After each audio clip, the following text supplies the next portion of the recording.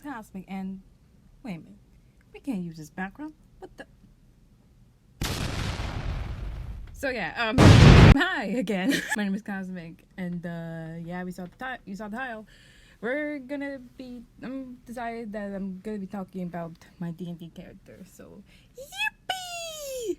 Which D&D character to be exact? Her name is Beatrice Maud. Now this isn't really a big, but I basically got into D&D because of the first episode in the first season of Stranger Things. When I asked my sister if what kind of plane they were playing, Mandra said, it's pretty much it's a game or something.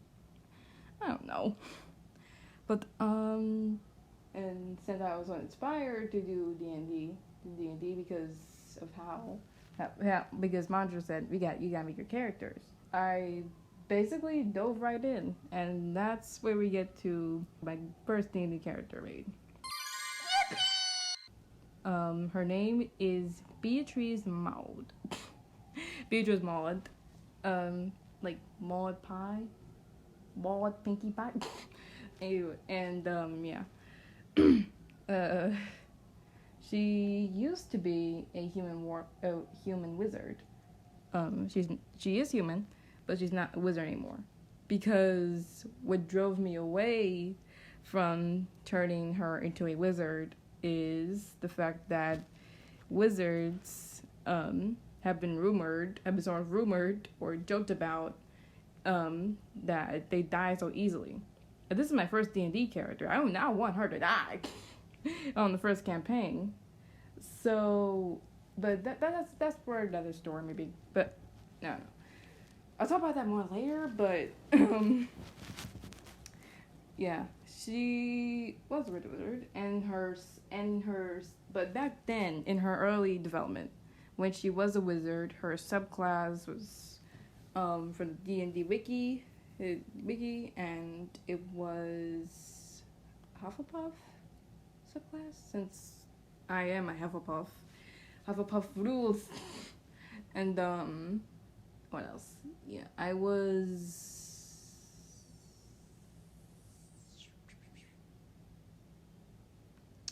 Yeah, I don't know. I don't know what I'm talking about. Her subclass was also probably going to be School of Universal Magic. Both subclasses are from D&D Wiki, the D&D Wiki or something. And I didn't really have fun. The speaking you're seeing right now is part of her first development. She is a wizard. She used to be a wizard, but I changed my mind. And not gonna lie, I do adore how she first came out.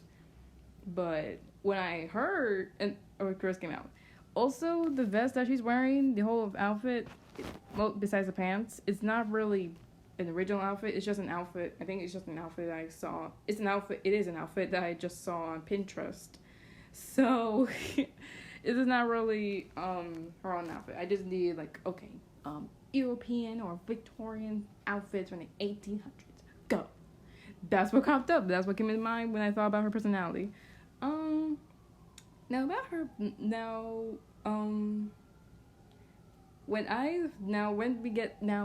I first heard about, when I saw memes of wizards in D&D being so, wizards are usually the first one to die or something, because wizards they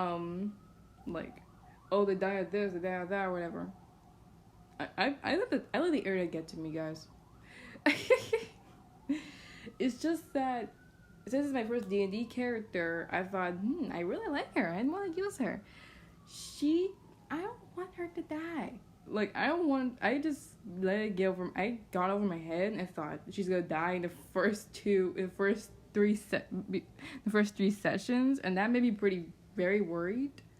And so I was reluctant on the idea to make her a wizard.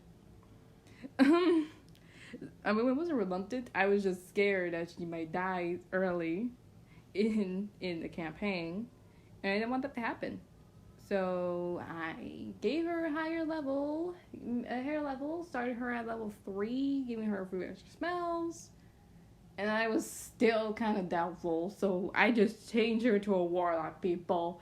Shabba do it. Throw the wizard for another character idea that I might talk about, because I think I might ramble more about my D&D characters, but they're in my sketchbook, so they're just in there for now. So, now we get to the later development.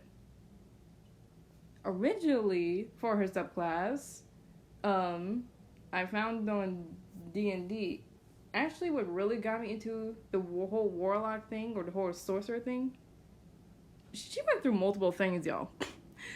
She was, when I was looking up subclasses for other subclasses for her, I ended upon like the sorcerer's list, magical girl as a subclass.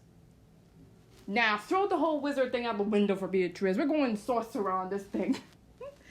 Because I love magical girl so much. You have no idea how many times I repeated the same Glitter Force episode over and over again. It just like acted out some scenes in the episodes. That show is my childhood. Plus Glitter Force Doki Doki. For those who don't know. And by the way, they're not the same thing, Glitter Force. Glitter Force is just an Americanized title.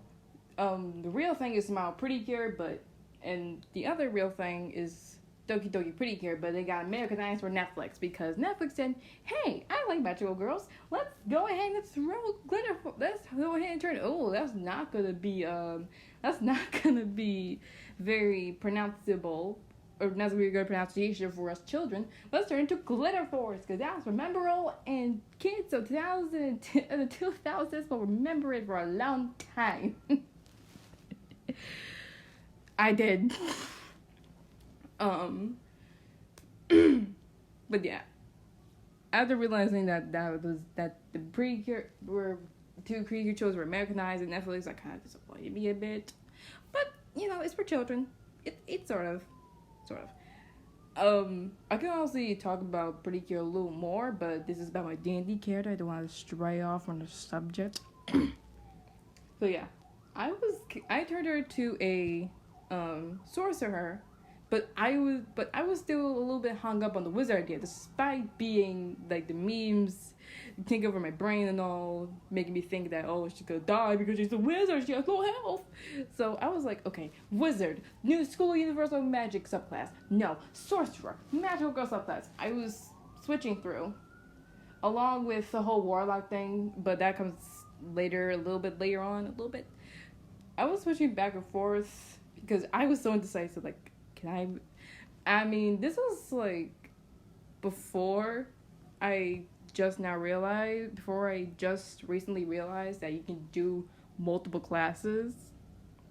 But I didn't think that was allowed for subclasses because I think that would be way too OP for just one character who is 19 years old. So I had to get creative. I thought about it a little bit, looked at some more subclasses, ended up on the Warlock list, and saw the Cosplay Patreon. Now remember, now real quick, all these subclasses are from the D&D wiki. That's where I found these subclasses, so credit to them. Yeah, the Cosmic one, that's where I settled on a little bit, because I know that I'm super into astrology. Well, not super into astrology, but like, it's like one of my favorite topics.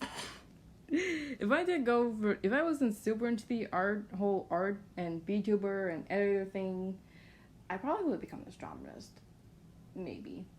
I don't know. But, yeah, besides that, that's where I finally started to settle on an idea that I thought would be suitable for my character. So I turned her into a little astronomist. Basically. Her subclass, the Cosmic one, and I don't want to share any details because since this comes from our website, but it's like, the thing is, the Cosmic one is just a one. Think about, as I like to think about it, I suspect that the Cosmic one being described from the wiki page as like the Watcher from Marvel. That's how I imagine the cosmic one. And, okay. Backstory real quick. Beatrice, like me, does not like to go outside sometimes. She always likes to sit in her hut, a little hut thing, her house, with her mamas, who's a baker, and also she's also a botanist. She supports Beatrice in her astronomy and her artist skills. She also sometimes pushes her and encourages her to do more with her art, to explore, to adventure, but she's a little too homesick. Like, if you would say that Beatrice is homesick, like, she would not be homesick. I mean, she would be homesick, but in a non-healthy way that's worse than, I want to go home, she's not, I want to go home type. She wants I want to stay in here for the rest of my life type. That's what you really expect from a human warlock who enjoys doing astronomy, looking out to the stars, pointing out little constellations, and has big smarts and big brains, and she does not want to go outside at all. Kind of a basic thing, but yeah, I think this is kind of funny, but whatever. But then while she's looking up with her telescope,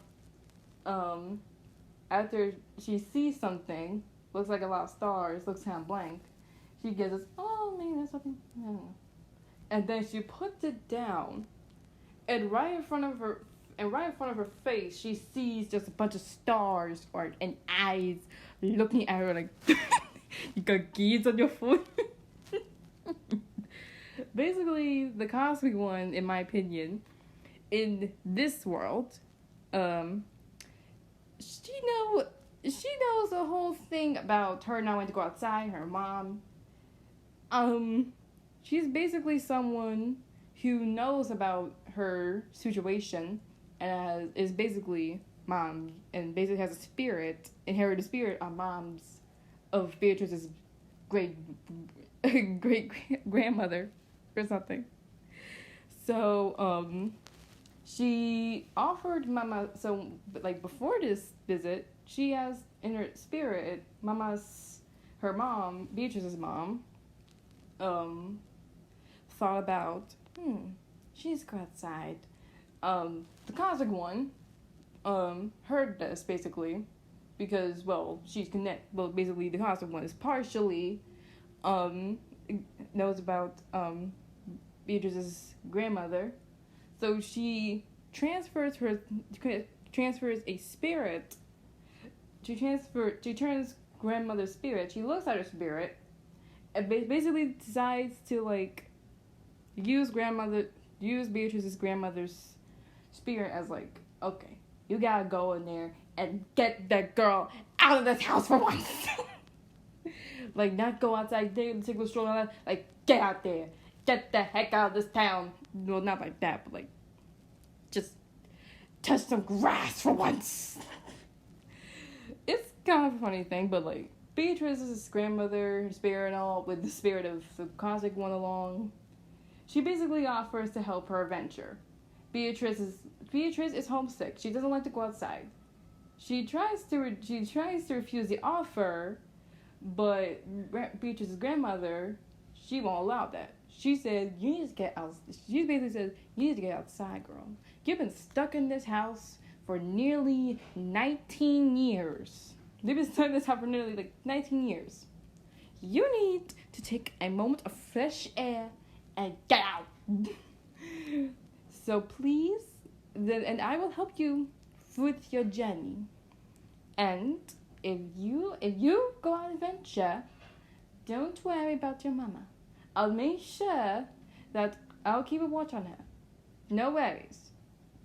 And basically, Beatrice sort of agrees because she's aloof and does not care. As long as her mom is safe, as long as her sister's safe. Oh, Lord. And stuff. So yeah. Beatrice agrees. Grandmother's spirit turns into two things, basically. It turns into two things, basically. One, grandmother's spirit splits into two, basically. Her grandmother's spirit turns into like a astral projection, like a human, but like not entirely human version of Mama's of Beatrice's grandmother, and she lives with Mama's to protect her. She vows that. She basically get the astral projection, then transfers to Mama's to give her special powers and all that.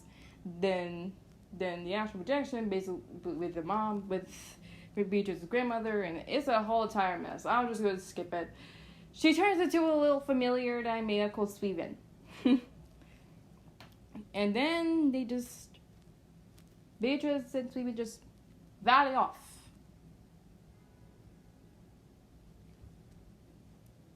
It's a non-traumatic backstory. Beatrice basically goes off to help others in their venture, explore the stars, which soon or later turned her into basically a freelance ranger. And no, she's not multi-classing as a ranger. I mean, I could make her subclass. I mean, I could make her multi-class as a ranger or a rogue or whatever. But that, I don't think that would be in person. I don't think that would fit to her personality.